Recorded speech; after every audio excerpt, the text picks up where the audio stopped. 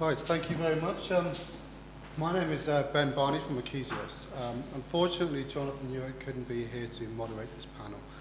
He has injured his back, so I've managed to be promoted from panel to podium for today. Actually, it probably works out much better in the sense that we've now got 4 traditional publishers from the print, directory, and broadcasting sides of the business. And hopefully they're going to show us today, give us short presentations on how they are going to tackle the local social opportunity. But before I do that, I'd just like to sort of set the scene in my terms, if I may. When I start looking at the local social opportunity, I try to then make comparisons to other big phenomena that the traditional media companies have faced in the past in terms of local search. And so with Google's dominance, these traditional players had to do something to be able to respond to this from a usage standpoint and also from a monetization standpoint. So the response was to either work with Google and resell AdWords, and some companies have done that extremely successfully. Others have actually built competing services, whether it's their own ad platforms or search engines. So when we start looking at what the big opportunities are for these big players, there is an awful lot of traffic out there, and I've got Skype in there as possibly as a social network, purely because when you start breaking down Skype, there's actually, in terms of the user base, it's very small numbers of micro communities that are interacting with each other in very, very engaged ways. And the reason for that is you only want to connect with people on Skype that you actually really want to be talking to. And so they're an interesting social network in that space. And Simon's going to talk a bit later about the monetization deal that they have with Skype. But there's certainly a huge amount of usage on social networks which these players should be tapping into. But how do we need to sort of dissect some of this traffic if we're going to monetize it as well as we would like. And I just tried to sort of pull up some information that I've managed to sort of find from the internet and look into Twitter. The interesting thing from what I saw here was that 75% of all tweets came from 5% of people. And I imagine that 5% largely are in this room right now as well. So there's, in terms of the amount of people that are tweeting, is actually very, very small. And when you start looking into the quality of those tweets, only 8% of those tweets are deemed good and retweet worthy. So if you were looking at a viral campaign of sorts, or if you needed to get a message out there with your brand or product, you're only talking about 8% of those tweets are actually worthy and are retweeted. Moving on to another social network, I'm looking at Quipe. This is all, I'm taking this from Quipe's blog. I hope sort of Andrew and Rob don't mind. This is plotting all of their reviews onto a map in Europe, which on the outside actually looks pretty impressive in terms of the number of reviews they've got and the spread that they have. One of the problems that we are facing from being able to monetize that is that it is focused very heavily around major conurbations, and as soon as you get out of the geography of a big city, the number of reviews becomes quite small, and therefore the usefulness of the service is depleted. And you could do the same thing with Quipe, and Miriam showed this stat as well from her side. So as well as the problems around location, you have problems around verticalization. So you actually get a huge number of reviews are focused very much around a couple of verticals. So this obviously presents problems for directory companies in particular who like to resell some of these products when they need to have a product which is a one-size-fits-all.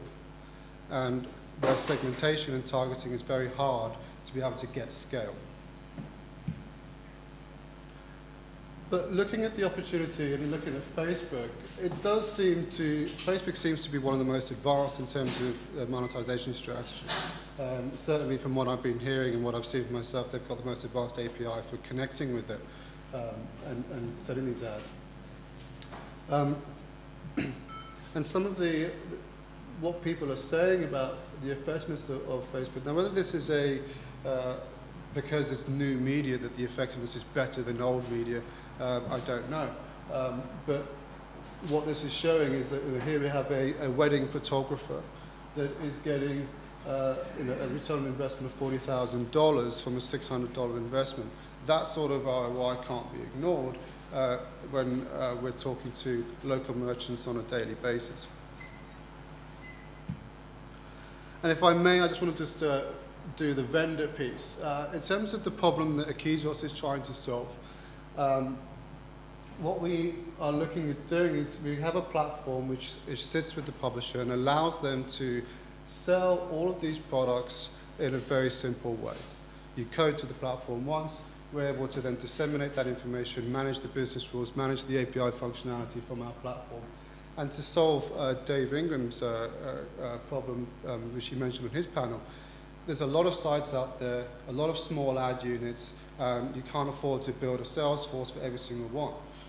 And when we start getting into the future where directory companies can start selling lead generation services, we can then syndicate through this platform into multiple providers and be able to give everyone the information. Do we want a wireless network? Is that your way of saying get off vendor?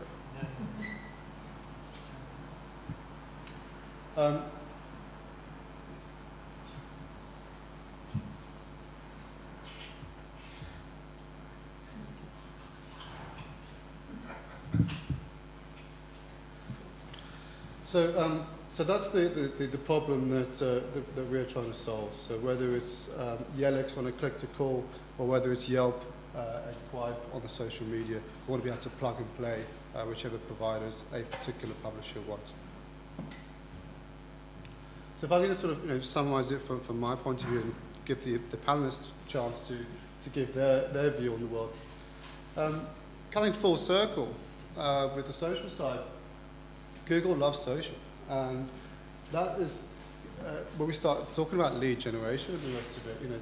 Factors that improve an organic ranking for a local business are citations from major data providers. The #1 data provider, apparently, that Google refers to as Yelp for that part of validating a business.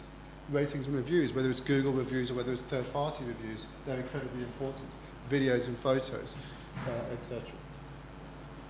So the two main points that I feel in terms of big opportunities in this space are that we can enable local merchants for social advertising through the ability for publishers to sell more third-party products. Let's get the connection between some of the local social sites and the large sales forces that are out there and bring that together and resell the inventory that you have on your site. On the same level, if you want to get more eyeballs, the directory publishers and likes are collecting information like videos and photos, which they, I'm sure, would be more than willing to share with you to be able to build the number of business pages that are claimed on your site. So without further ado, I'm going to introduce the panelists. We've got Roland Bryant from Associated Northwest Digital, which are doing some really, really interesting parts to their social strategy. And Simon Greenman, who's the MD of Online for European Directories, Joachim Helfer from Muller Media, and James Thornett. If I can invite the panel one by one, save us doing musical chairs to do their bits and pieces, and then we'll take questions at the end once everyone's completed.